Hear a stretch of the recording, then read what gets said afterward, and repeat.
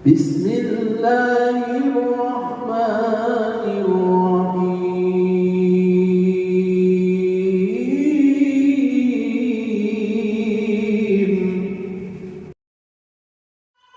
Bab ini sangat penting sekali kita bahas karena di masyarakat kita ini banyak sekali perselisihan gara-gara rebutan batas tanah. Bahkan tidak jarang sampai terjadi pertumpahan darah, bunuh-bunuhan gara-gara rebutan lahan, rebutan batas lahan. Makanya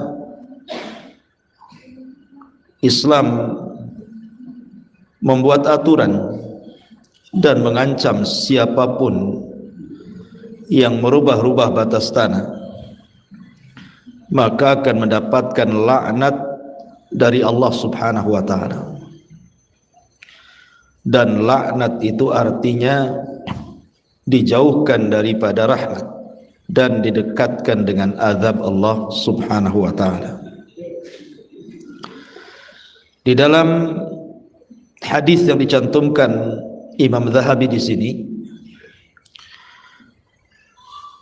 di mana Nabi sallallahu alaihi wasallam bersabda dalam hadis Ali radhiyallahu an, dari Nabi sallallahu alaihi wasallam, dan juga dari Ibnu Abbas radhiyallahu anhuma, la'anallahu man dhabaha li ghairillah, la'anallahu man ghayyara tuhumal ardi, la'anallahu man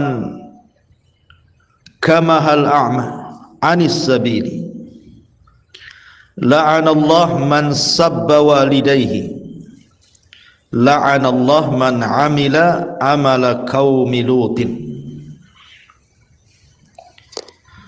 Allah melaknat orang-orang yang berkurban untuk selain Allah, menyembelih bukan karena Allah Subhanahu wa ta'ala. Dan siapapun yang menyembelih bukan karena Allah, maka dia telah melakukan kesyirikan, dan sembelihannya haram dimakan, tidak boleh dimakan, haram. Kemudian Allah Subhanahu wa ta'ala melaknat orang-orang yang merubah batas-batas tanah, menggosok tanah orang, mengambil tanah orang, atau mencuri tanah orang. Dan ini banyak terjadi baik di hutan-hutan, di kebun-kebun, di tanah-tanah kosong, termasuk juga terkadang rumah sudah jadi, dia ambil rumah orang lain tanpa hak dan mengaku itu adalah tanah dia. Kemudian Allah Subhanahu wa ta'ala juga melaknat orang-orang yang membuat bingung orang-orang buta ketika berjalan, disesatkan jalannya. Dan juga Allah Subhanahu wa ta'ala melaknat orang-orang yang mencela kedua orang tuanya. Kemudian Allah juga melaknat orang-orang yang melakukan amalan kaum Lut, kaum Sodom. Berapa di sini? Ada 5 laknat yang disebutkan oleh Nabi sallallahu alaihi wasallam. Yang pertama, Allah melaknat orang yang menyembelih bukan karena Allah, seperti menyembelih binatang untuk gunung, untuk lautan, digunakan untuk sesajen dan yang semacamnya, atau sengaja menyembelih tidak membaca basmalah, maka ini masuk pada laknat di sini. Kemudian yang kedua, Allah melaknat orang-orang yang merubah-rubah bumi. Inilah yang kita akan bahas. Laknat yang kedua, Allah melaknat orang yang mengubah batas tanah orang lain. Ma'asyiral muslimat yang dimuliakan Allah Subhanahu wa taala. Orang itu perlu paham bahwa rizki manusia itu sudah dicatat, tidak mungkin melewati takdirnya. Rizki manusia itu tidak mungkin melewati takdir Allah. Kalau Allah Subhanahu wa taala sudah mentakdirkan rizkinya, makannya, minumannya, tempat tinggalnya, tanahnya, dan begitu seterusnya, maka tidak mungkin keluar dari batas takdir Allah, karena sudah dicatat di Lauhil Mahfuz. Maka orang berupaya untuk mengambil hak orang lain dengan cara menggosok tanah orang, mengambil tanah orang, merubah batas tanah orang. Hakikatnya dia tidak menambah rizkinya, karena itu bukan hak dia, sehingga berimbas kepada tidak berkah kehidupannya, karena dia mencuri. Masalahnya tanah yang diambil dia itu bukan tanah orang lain, bukan tanah dia, tapi tanah orang lain. Kalau itu dijadikan tempat tinggal, sementara dia tinggal di tanah orang yang dia ambil dan gosok, selamanya dia tinggal di tempat itu tidak akan berkah, tidak akan mendapatkan taufik dari Allah Azza wa Jalla. Bahkan kita lihat di masyarakat, ada orang yang bersitegang gara-gara tanah, tahu bahwa itu bukan tanahnya,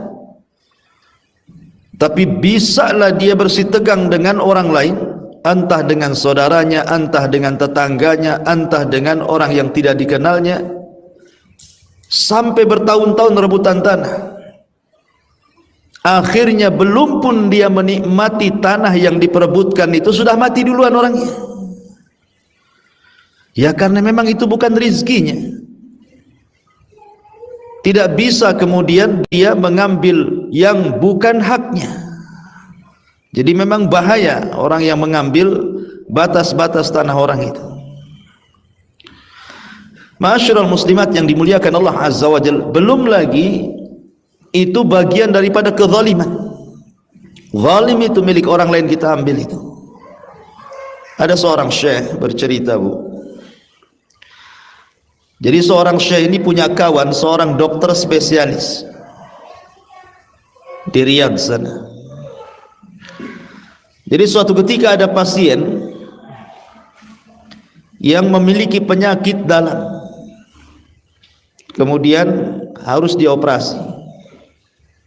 Dokter ini biasa mengobati penyakit yang semacam itu, dan biasanya kalau habis dioperasi sembuh. Subhanallah, setelah kemudian diadakan operasi, rupanya ada penyakit lain selain penyakit yang dideritanya, dan harus dioperasi juga. Akhirnya mengadakan operasi kedua kalinya. Ketika sudah dilakukan operasi ini, rupanya ada penyakit lainnya lagi. Na'udzubillah. Ini penyakit bertumpuk-tumpuk. Akhirnya kemudian orang yang sakit ini dalam kondisi sadar dan tidak, menuliskan satu nama dan meminta dokter ini untuk menyampaikan kepada orang tersebut maafnya. Maka akhirnya kemudian sang dokter pun datanglah kepada nama yang ditulis oleh pasien itu. Setelah ketemu, dia mengatakan, "Wahai fulan, saya dapat amanah, saya punya pasien. Dia menulis namamu dan dia minta direlakan, diredhakan, diikhlaskan. Saya tidak tahu urusan Anda dengan dia," kata dokter. "Tapi saya hanya menyampaikan isi wasiat orang ini." Kemudian orang yang ditulis itu mengatakan, "Wahai dok, demi Allah, kami sudah 3 tahun, saya, istri saya, anak-anak saya," katanya kan, mendoakan kepada pasien dokter itu. agar jangan diwafatkan Allah Subhanahu wa taala sebelum ditimpa berbagai macam penyakit, katanya. Sebelum dia merasakan apa yang kami rasakan, maka jangan kau wafatkan dulu ya Allah. Jadi sang dokter ini heran, kenapa kemudian dia mendoakan selama 3 tahun, doanya doa jelek gitu. Maka dokter mengatakan, ittaqillah, bertakwa kepada Allah, kalau memang punya salah maafkan dia. Tapi orang ini mengatakan, dulu kami berselisih dengan tetangga sampai ke mahkamah. Tiba-tiba kemudian pasien dokter itu menjadi saksi. Rebutan tanah kami dengan tetangga kami. Saksi itu adalah pasien dokter. Dia tahu bahwa itu tanah saya, tanah keluarga saya. Tapi dia membantu memenangkan tetangga saya sehingga tanah itu jatuh kepada tetangga saya di pengadilan.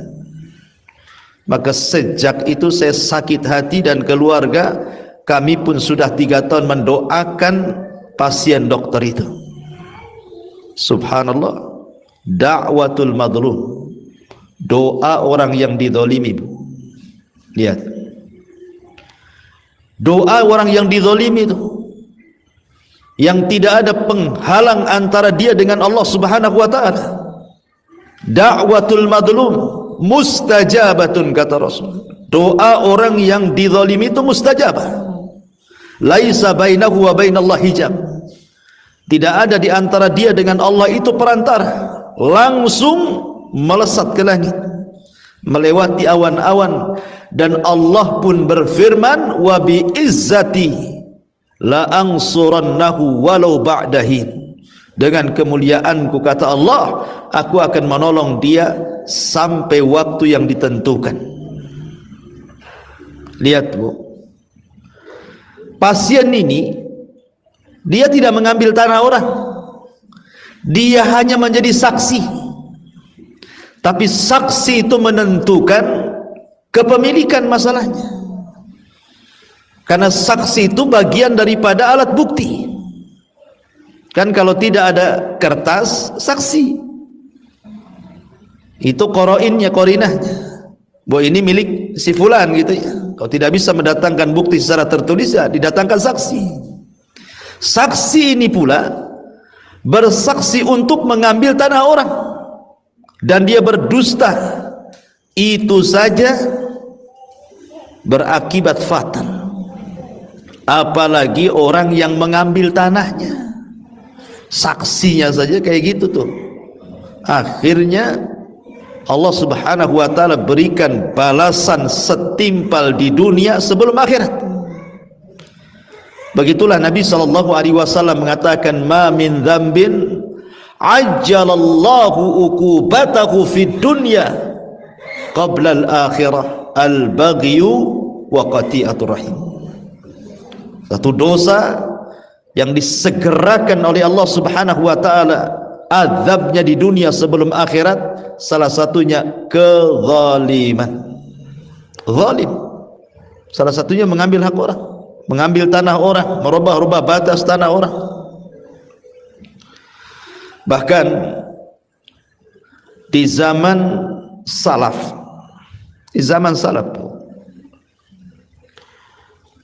ketika itu Madinah, gubernurnya adalah Marwan, Khalifah Marwan. Dialah ketika itu masih jadi gubernur kota Madinah.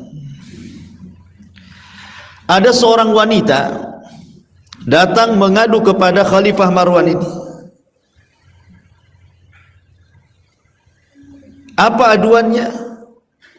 Dia mengatakan bahwa tanahnya diambil oleh seorang sahabat Rasul namanya Zaid ibnu Amrin, atau Sa'id ibn Zaid ibni Amrin ibn Naufal. Sa'id ibn Zaid ibni Amr ibn Naufal. Wanita ini datang kepada Khalifah Marwan, Gubernur Marwan, bahwa dia dizalimi oleh Sa'id, katanya. Sa'id ini, Bu, orangnya mustajab dakwah. Kalau berdoa itu dikabulkan.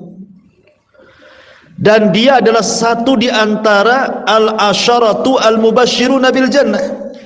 10 sahabat yang dijanjikan masuk surga setelah Abu Bakar, Umar, Utsman, Ali, Talha, kemudian Abdurrahman bin Auf, Sa'd bin Abi Waqqas, dan begitu seterusnya. Lah Sa'id bin Zaid ini salah satunya. Menikah dengan salah satu dari adiknya Umar bin Khattab radhiyallahu an, Fatimah. Wanita ini mengklaim dizalimi oleh Sa'id, bahwa Sa'id bin Zaid mengambil tanahnya. Akhirnya Khalifah Marwan ini memanggil Sa'id dan mengatakan, "Ya Sa'id, betul engkau mengambil tanah wanita ini?" Sa'id pun murka dan mengatakan, "Wahai fulan, wahai Khalifah Marwan, tidak mungkin aku mengambil tanah wanita ini, karena aku pernah mendengar sabda Nabi sallallahu alaihi wasallam, man zalama shibran, barang siapa yang melakukan kezaliman dengan mengambil sejengkal tanah saja, tuwiqa lahu yaumal qiyamah bisab'il arabin, maka akan dikalungkan pada hari kiamat di leher orang yang mengambil tanah itu sab'ina arabin, 7 lapis bumi. Lihat, akhirnya kata Sa'id bin Zaid, demi Allah, kalau seandainya ucapan wanita itu benar, aku menzalimi dia, maka aku akan doakan dia, semoga dia mengalami kebutaan di akhir hayatnya dan Allah wafatkan dengan cara yang tidak baik. Doa seorang sahabat, 10 sahabat yang dijanjikan masuk surga, Sa'id bin Zaid. Akhirnya kemudian wanita ini setelah lama, karena dia mengambil tanah orang, tanah seorang sahabat, maka betul-betul Allah subhanahu wa ta'ala kabulkan. Rupanya nenek itu, wanita itu setelah tua buta, kemudian matinya dia masuk ke lubang di kebunnya. Dia terperosok ke dalam lubang, kemudian mati di lubang itu. Lihat, terkadang orang yang mengambil tanah orang dengan bangganya kalau dia menang di pengadilan, atau merasa senang kalau seandainya bertambah tanah yang ia miliki, entah 1 meter, entah 2 meter, entah 1 hektar, naudzubillah. Lihat sabda Rasul ini, shibron itu 1 jengkal, Bu. Apalah arti tanah 1 jengkal itu? Bisa untuk apa 1 jengkal, Bu? Untuk kamar mandi tak bisa, untuk dapur tak bisa. Untuk apa 1 jengkal? Tempat jemuran pun tak bisa. 1 jengkal. Tetapi yang 1 jengkal ini cukup kemudian untuk dikalungkan sampai 7 lapis bumi di lehernya. Bagaimana dengan orang yang mengambil 1 meter, 2 meter, 10 meter, 1 hektar, 2 hektar? Na'udzubillah, thumma na'udzubillah. 1 jengkal saja, kalau kita korek, Bu, sampai 7 lapis bumi itu seberapa truk tuh tanahnya tuh. Itu dikalungkan itu di lehernya. Begitulah ancaman bagaimana Allah subhanahu wa ta'ala melarang tidak boleh mengambil hak orang lain. Bahkan saya pernah menyaksikan, Bu, betul-betul saya menyaksikan kejadiannya di Batam ini. Ada kawan itu, dia ngasih tanah sama saya, Bu, sekitar 5 kapling. Dia beli tanah sekitar 20 kapling, tanah kosong. Jadi yang 5 kapling itu dihibahkan ke saya. Rencananya saya waktu itu mau buat TK. karena memang waktu itu sibuk dengan membangun pesantren, jadi terlupakanlah tanah kosong itu. Akhirnya kemudian satu hari kemudian saya diingatkan, Ustadz kapan mau bangun? Oh iya, kalau gitu kita pondasi dulu lah. Rupanya setelah dilihat tanah itu, Bu, rupanya di atas tanah itu sudah ada rumah. Karena sudah hampir 2 tahun kan ditengok, ya kan, dipikirnya kan ya paling dibersihkan rumputnya, mau dibelikan material bangunan gitu ya. Rupanya sudah berdiri rumah di situ. Rumah banyak di situ. Jadi akhirnya saya dengan ikhwan ini, kan kita sudah ada surat jual beli, datanglah ke RT-nya situ, karena yang jual itu RT-nya dan RW-nya di situ. RT RW ini kurang lebih saja nih. Jadi saya bilang saya mau bangun tanah saya, kenapa kemudian kok ada rumah, itu rumah siapa? Jadi cobalah kemudian saya pertemukan rumah yang berada di tanah yang kita sudah beli itu. Kemudian kita konfirmasi dengan RT dan RW di situ. Rupanya dijual lagi sama RT-nya itu. Bayangkan, dia jual ke kita, pas kita mau bangun dijual lagi ke orang lain. Kan itu sama saja mengambil tanah orang.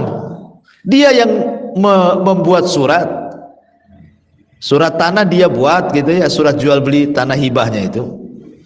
Ya. Dan kita sudah janji akan bangun kan itu, karena memang lupa waktu itu.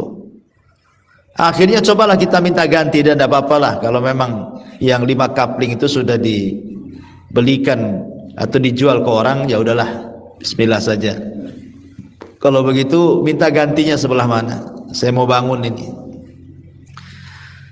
Karena memang tanah di situ memang laku keras, nggak ada lagi sudah. Tanah kosong itu udah milik orang semua. Akhirnya dia hanya janji-janji saja, ya nanti kita carikan Pak, katanya. Sampai lewat sebulan, 2 bulan, 3 bulan, terus kita datang, asih begitu saja ngomongnya tuh. Akhirnya ya sudahlah kalau begitu Pak, nggak ada tanah, nggak apa-apa, balikin aja duitnya. Kita mau cari tanah di tempat orang.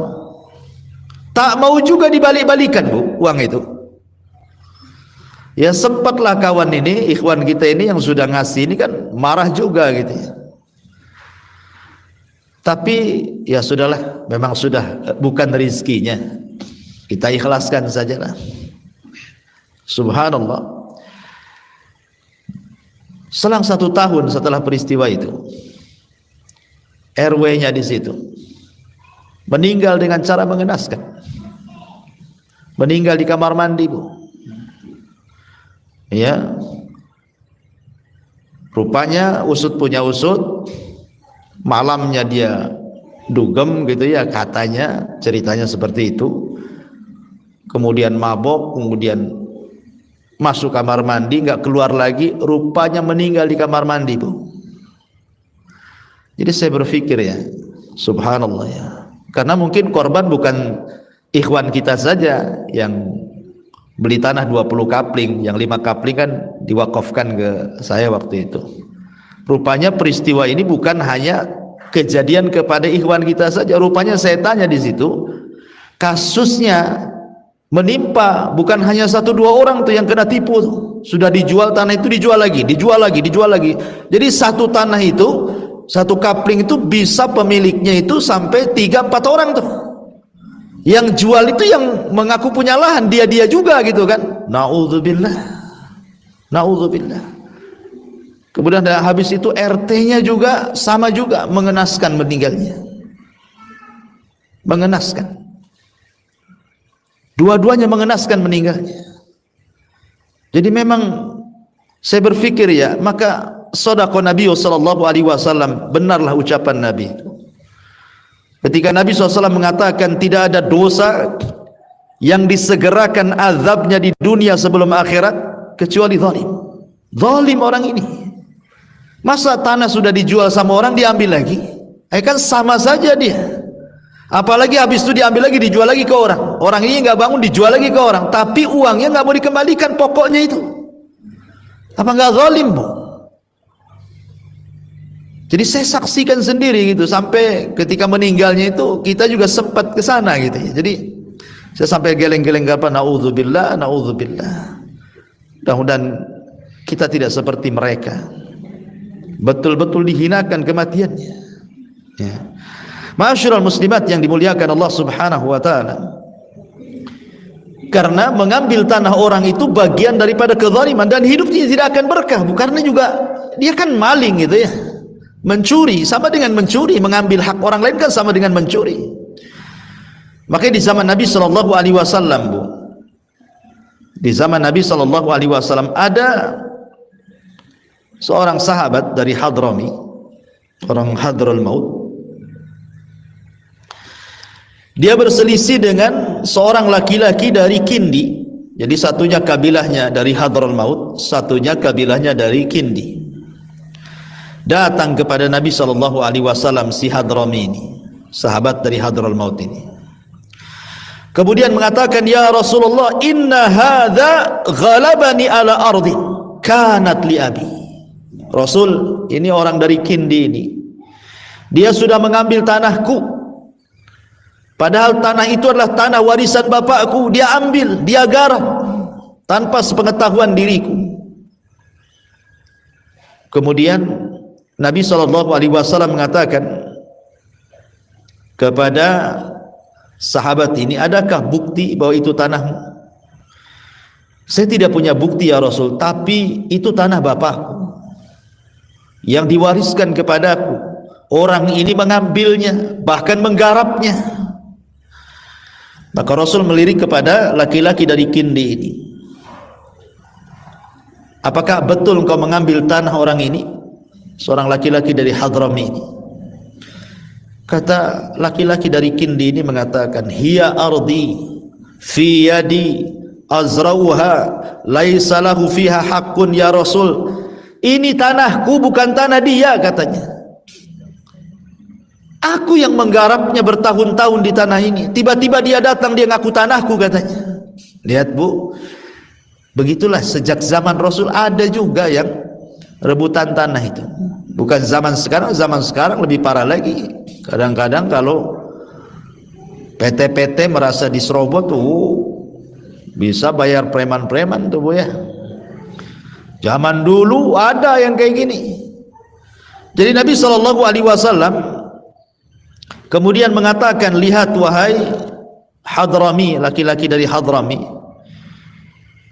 dia tidak mengaku mengambil tanahmu. Ala kabayyinatun, kamu punya bukti bahwa itu tanahmu.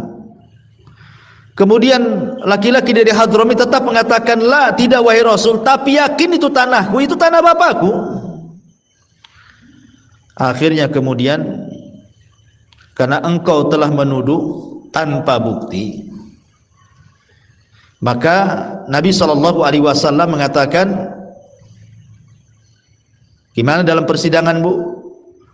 Dalam persidangan itu, al-bayyinatu alal mudda'i wal yaminu ala man angkar, kan itu ya. Bukti itu harus disiapkan bagi orang yang nuduh.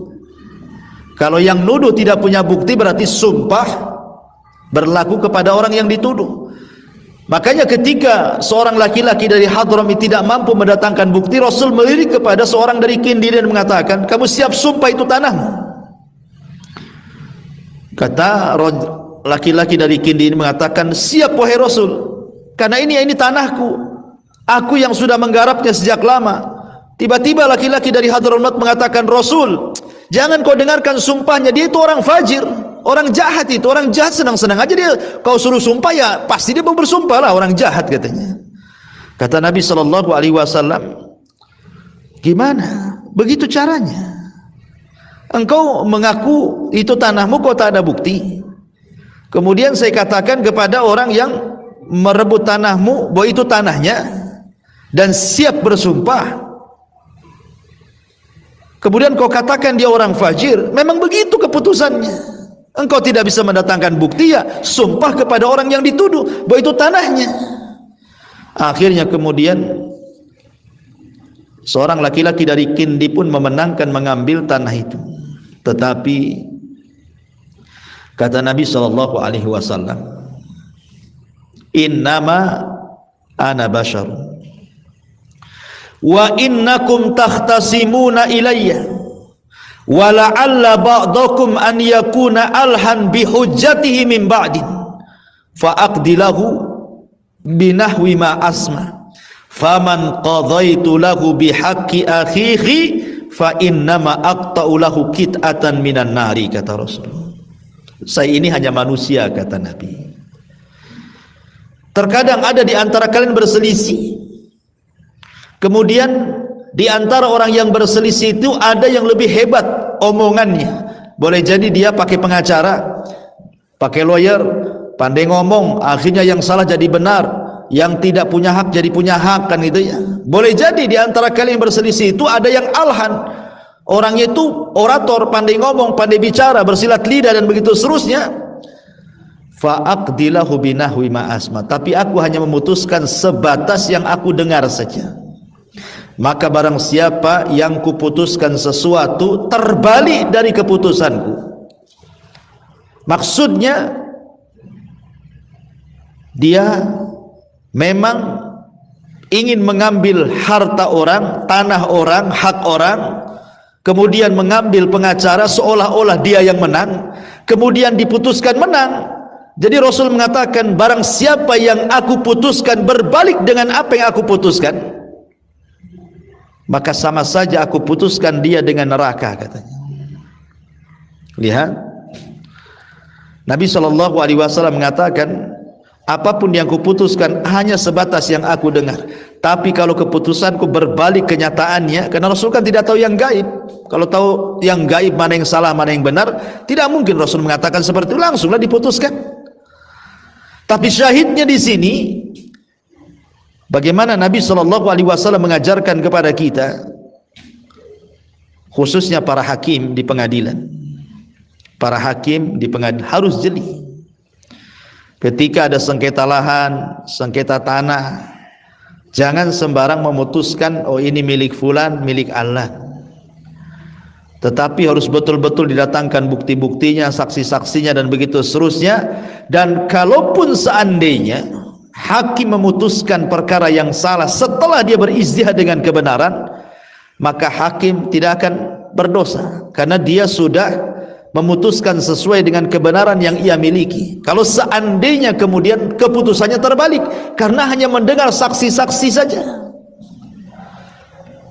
Tetapi lihat bagaimana Rasul mengatakan, kalau seandainya aku putuskan rupanya berbalik dengan kenyataan, sama saja kuputuskan kalian masuk neraka karena mengambil hak orang. Lah ma'asyiral muslimat yang dimuliakan Allah Subhanahu wa taala, dari sini kita tahu bahwa bahayanya mengambil hak orang lain, tanah orang lain, mengubah-ubah batas tanah orang lain. La'anallahu man waqa'a ala la'anallahu man ghayyara nuhumal ardi. Allah melaknat orang-orang yang merubah-rubah batas tanah bumi. Dalam riwayat Nabi SAW mengatakan, seperti hadis yang tadi saya sebutkan, man dzalama qida shibrin minal ardi tawaqahullahu min sab'i aradin. Barang siapa yang berbuat zalim dengan mengambil sejengkal tanah saja, maka dia akan dikalungkan dengan tanah tersebut dari 7 lapis bumi. Hadis ini dikeluarkan Al-Bukhari dan Muslim. Bahkan dalam riwayat dari Abdullah ibn Umar, dia berkata, Rasul bersabda, man akhadha minal ardi syai'an bighairi haqqihi khusifa lahu bihi yaumal qiyamah ila sab'i aradin. Barang siapa yang mengambil tanah meskipun sedikit tanpa haknya, maka dia akan ditenggelamkan dengan tanahnya pada hari kiamat sampai ke dasar 7 lapis bumi. Naudzubillah. Barang siapa yang mengambil tanah meskipun sedikit, kata Nabi, tanpa haknya, maka dia akan ditenggelamkan dengan tanahnya pada hari kiamat sampai ke dasar 7 lapis bumi. Lihat, ma'asyiral muslimat yang dimuliakan Allah Subhanahu wa taala, Karena sekali lagi, kenapa demikian kerasnya ya azab orang yang mengambil tanah itu?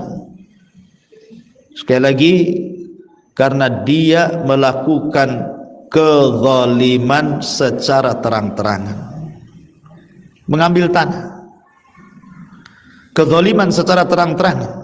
Dan kezaliman itu bisa menggelapkan pada hari kiamat. Az-zulmu zulumatun yaumal qiyamah. Yang kedua, dia telah melakukan dosa besar. Mengambil tanah itu melakukan dosa besar. Kalau satu jengkal saja akan ditenggelamkan pada hari kiamat sampai ke dasar 7 bumi yang 7 lapis. Macam mana yang mengambil 1 hektar? Dosa besar. Dosa besar. Ya. Kemudian juga sebagai dalil Bu, bahwa orang kalau punya lahan 1 kapling, berarti lahan dia itu milik dia sampai 7 lapis bumi. Jadi ibu punya tanah ibu ukuran 8 kali 12 gitu ya. Maka tanah ibu itu bukan hanya di atas bumi saja, sampai 7 lapis bumi ke bawah itu tanah ibu Bu. Tanah ibu tuh, baik lapisan pertama, kedua, ketiga sampai ke-7 itu milik ibu.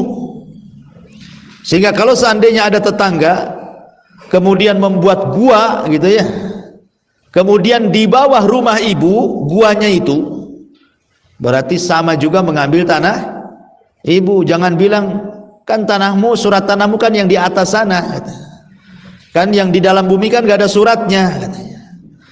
Enggak, hadis ini menunjukkan bahwa ketika ibu punya rumah di atas sepetak tanah, berarti tanah itu punya ibu sampai ke 7 lapis bumi yang ada di bawah sana. Makanya ketika dia mengambil 1 jengkal saja tanah orang, maka akan dikalungkan sampai ke bawah 7 lapis. Karena dia bukan mengambil 1 jengkal di atas saja, berarti mengambil sampai ke bawah tanah, sampai ke 7 lapisnya itu. Nah, itu akan dikalungkan tuh. Na'udzubillah summa na'udzubillah ya.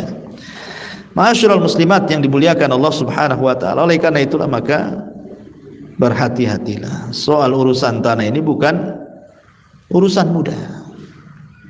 Ya. Dan memang sakit Bu, orang yang diambil tanahnya itu sakit Bu. Ada ikhwan kita itu diambil tanahnya sama orang. Sampai menangis.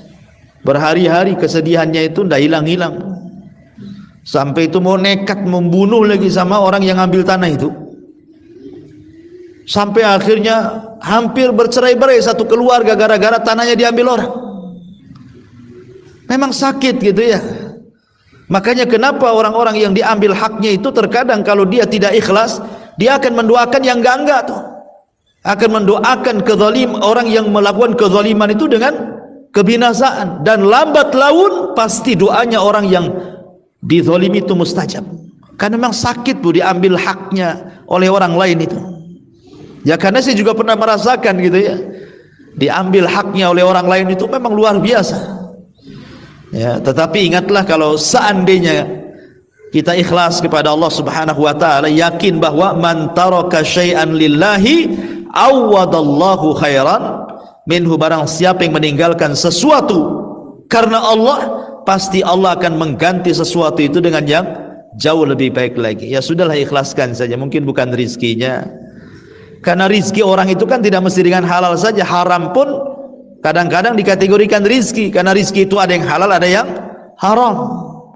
Tapi ada orang yang tergesa-gesa mengambil rizki dengan cara yang haram.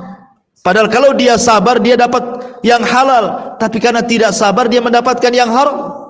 Makanya hidupnya tidak berkah orang-orang yang mengambil tanah orang itu. Na'udzubillah summa na'udzubillah. Wallahu alam. Ini diantara laknat yang kedua, kata Nabi SAW, la'anallahu man ghayyara tuhumal ardi. Kemudian yang ketiga, la'anallahu man kamahul a'ma anis sabil. Allah melaknat orang-orang yang membuat bingung jalannya orang buta. Sudah buta dipermainkan, mengantar orang buta ke yang bukan alamatnya. Ini sama juga dengan merubah-rubah ini Bu, merubah-rubah batas, pelang-pelang arah. Kan kadang-kadang orang yang contoh nih ke Batam. Orang ini tidak pernah ke Batam, Bu. Akhirnya dia pun rental mobil, setir sendiri gitu ya. Kan lihat di jalan-jalan tuh arah ke Batu Haji, arah ke Nagoya, arah ke Jodoh, arah ke Batu Besar, arah ke Bengkong kan. Kemudian dimain-mainkan pula, pelangnya itu diarahkan harusnya ke Batu Haji, diarahkan pula ke Batam Center, Bu. Ini masih mendingan, Bu, kalau di kota ya kan. Tapi kalau ngerubah-rubah jalan umpamanya di padang pasir atau di hutan, kemudian pelangnya dibuat main-main, diarahkan ke tempat lain, ini orang bisa mati, Bu. Umpamanya diarahkan ke sini, rupanya ke hutan belantara atau ke padang pasir yang nggak ada ujung. Nah, ini kan mencelakakan orang ini. Nah, itu juga sama itu. Ya hukumnya dengan man kamahul a'ma anis sabil, menyesatkan orang buta dari jalan gitu ya. Allah melaknat orang kayak gini nih. Kemudian yang nomor 4, la'anallahu man sabba walidayhi. Allah melaknat orang yang mencela kedua orang tuanya. Sahabat ketika mendengar hadis ini bingung dan mengatakan, Rasul, bagaimana ada seorang anak mencela kedua orang tua?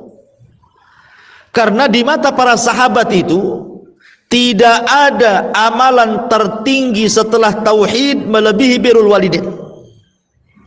Melebihi birrul walidain. Jadi orang-orang tua itu sangat dihargai, dihormati luar biasa di zaman itu. Sehingga wajar kemudian para sahabat mengatakan, Rasul, mana ada anak mencela orang tuanya, katanya. Maka Rasul mengatakan, ada, kata Rasul.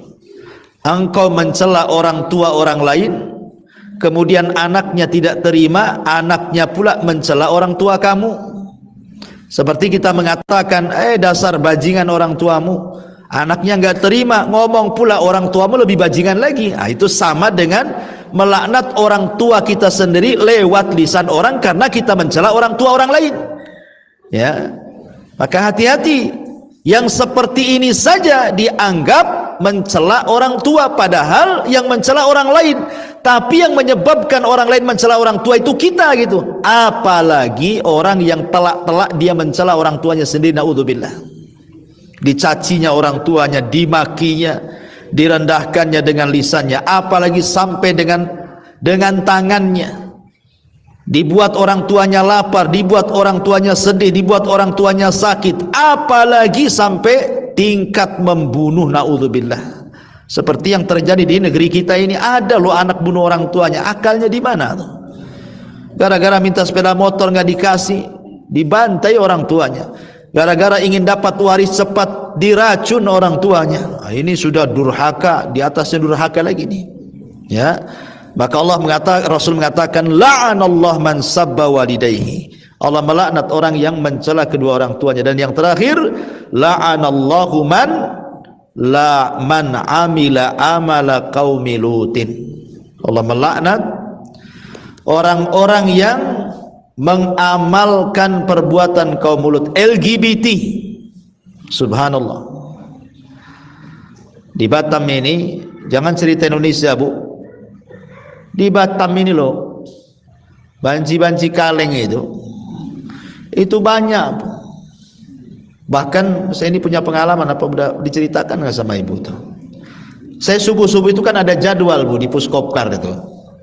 Ya, setiap Jumat Sabtu itu di Darul Ihsan, bukan Puskopkar, dia Darul Ihsan.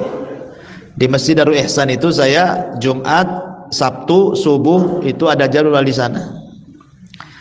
Jadi jam 3 sudah bangun, 3:30 saya berangkat dari rumah nih. Karena mungkin malamnya kurang tidur, Bu, itu menjelang 1/2 jam tuh mau subuh. Jadi saya parkirkanlah di depan pasar second di Puskopkar itu, Bu.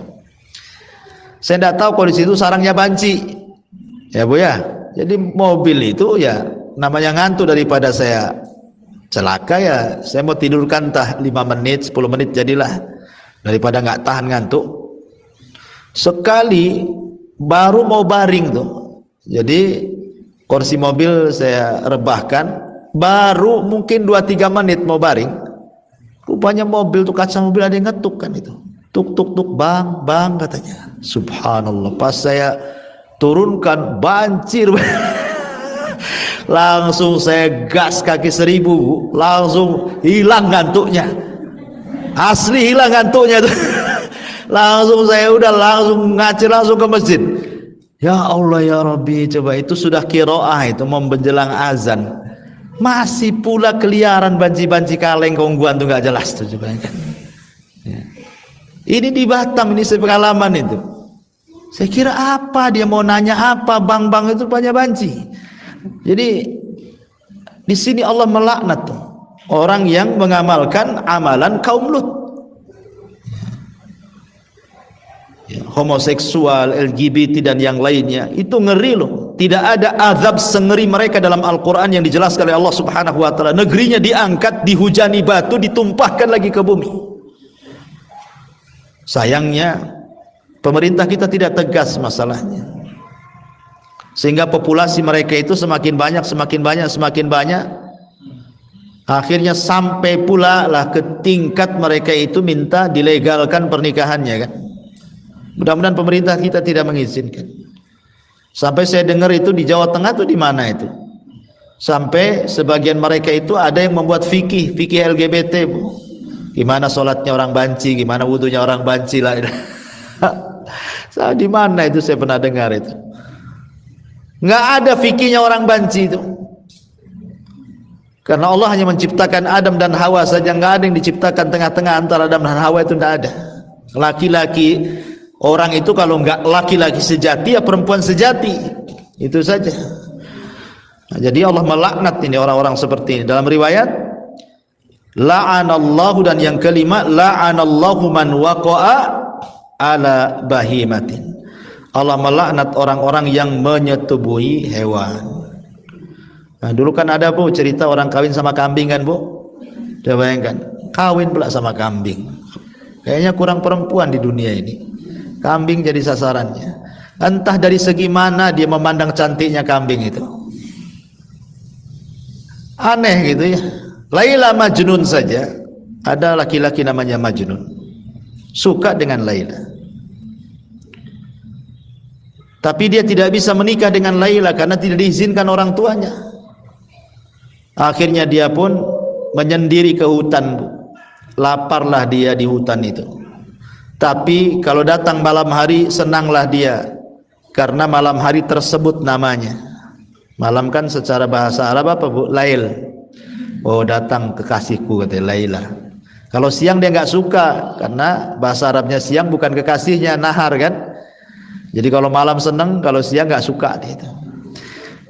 Jadi suatu ketika dia lapar, berburulah dia di hutan itu. Nampak ada kijang, dipanah kena kakinya, jatuh kijang itu.